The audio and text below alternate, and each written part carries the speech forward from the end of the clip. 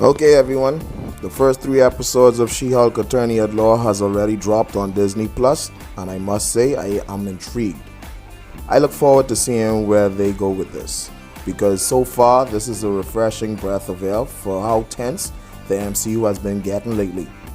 I don't know if it's just me, but Tatiana Maslany and Mark Ruffalo have a great work chemistry on screen and seem to be as equal in bringing the comedy to the MCU as Doctor Strange and the Scarlet Witch brought the horror.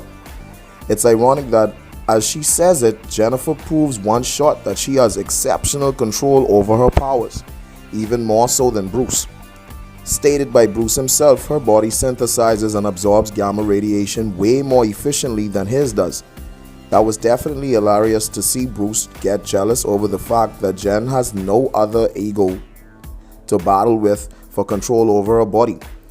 I'm loving this series, and each episode pulls me in more and more. Though there isn't anything in the first 2 episodes that requires her to go all out, we definitely get the notion that her strength has the potential to surpass Bruce, and though she has no combat training, her balance, strength, coordination, and equilibrium are beyond superhuman. But what was really entertaining is her Deadpool ability to break the fourth wall and speak to the viewers as she does in a comic book. Sometimes the acting of Tatiana Maslany feels a bit forced though when she transforms into She-Hulk. But in some scenes this can be overlooked. But despite my excitement for this installment, there are some salty areas that give me pause and therefore cannot be overlooked. Beginning with the cheesiest 10-second fight in the whole MCU on both sides. Was Titania and Jennifer even trying? There was absolutely no effort or enthusiasm put into the scene. It was too dull to even be worth introducing Titania to begin with. I understand that it's human nature to fear what we don't know, but to fire her from the DA's office and then to see her hired by the same firm that cost her that position was very cliche to say the least. But the cringe-worthy moments don't even stop there, because not only did Mr. Holloway use her revealing her powers in court as a reason to declare a mistrial against her, but also hired her for his cooperation as head lawyer of his superhuman law division, and in order to get the job, she has to take on Emil Blonsky as her first client. Which, I must say, his parole hearing was comical and entertaining. But another questionable moment comes when he has 7 women he refers to as his soulmates and his better halves come to support him. And it's something that really stood out as just weird.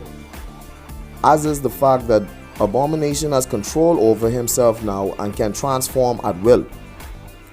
Also, finding out that the only reason we saw Abomination in Shang-Chi was because Wong was in training to become Sorcerer Supreme, due to Doctor Strange being snapped out of existence just out of a necessity of needing someone strong to fight, was redundant. Though I like the fact that She-Hulk gets her time to get some seriously overdue, well-deserved media attention, for now the first 3 episodes are tailored towards the female audience for the MCU. Even my wife, that has no interest in anything fictional, has taken a liking to this show. And I'm glad something that I can watch with her was made by Marvel Studios, but I still bite my fists every now and then when they push bullshit in my face. Now the reason why I sound frustrated? Okay then I'll tell you all why. Why the hell was Megan Thee Stallion even in episode 3? I saw no other explanation than the 2 I did my research on, which was on both ends of the stick we have Tatiana Maslany and Megan Thee Stallion. Tatiana is apparently a huge fan of this Raptress, and Megan is just as big a fan of the Marvel Cinematic Universe and has been looking for a way to incorporate her way into the MCU with Kevin Feige. But what pisses me off is the fact that she was only placed in the series to give Tatiana the chance to meet and dance with Megan, which was awesome for her, but something I couldn't give 2 flying fucks about. It was messed with the whole concept of what type of clients She-Hulk was hired for. The superhuman law division of GKL&H only handles cases where a client is either a superhuman or the client has had a problem with an individual that is superhuman and seeks legal advice. Megan Thee Stallion is not in any legal problems with anybody with superpowers, and yet we see her signing a contract to have Jennifer as her attorney. I mean, honestly, man, what the hell happened? Did Megan twerk for Kevin and he forgot what Jennifer's job description is, or what?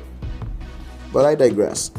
Because although we got to see how far CGI has come just to give us a Shrek version of the Hulk twerking to the most annoying rap song ever, there were still some bright spots in this first 3 episodes.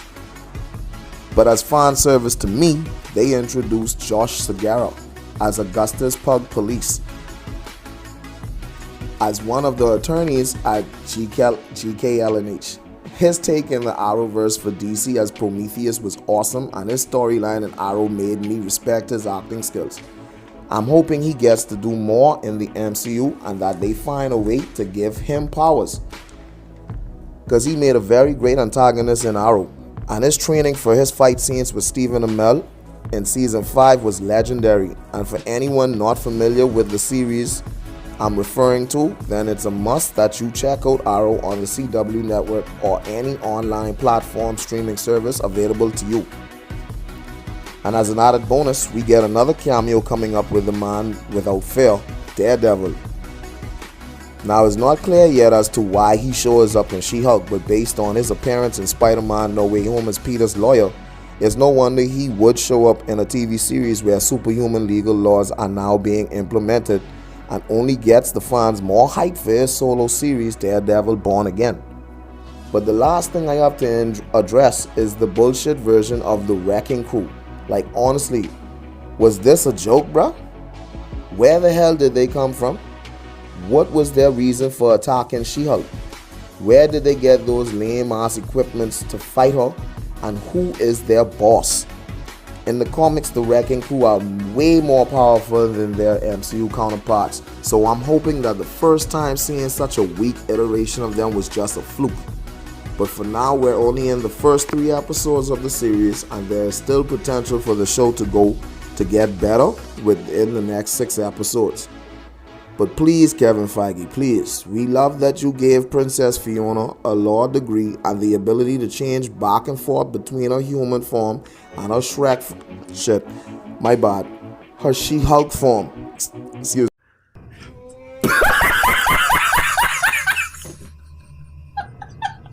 me. But for the love of Pete's sake, Kevin, no more of this, okay? It's not entertaining on a muscular green body.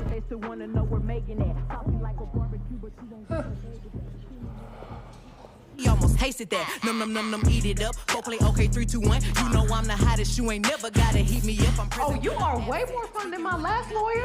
I will kill for you, Megan Thee Stallion. Dial it back. Made it. Body yaddy yaddy yaddy yaddy yaddy yaddy yaddy yaddy yaddy yaddy yaddy yaddy yaddy yaddy. Body yaddy yaddy yaddy.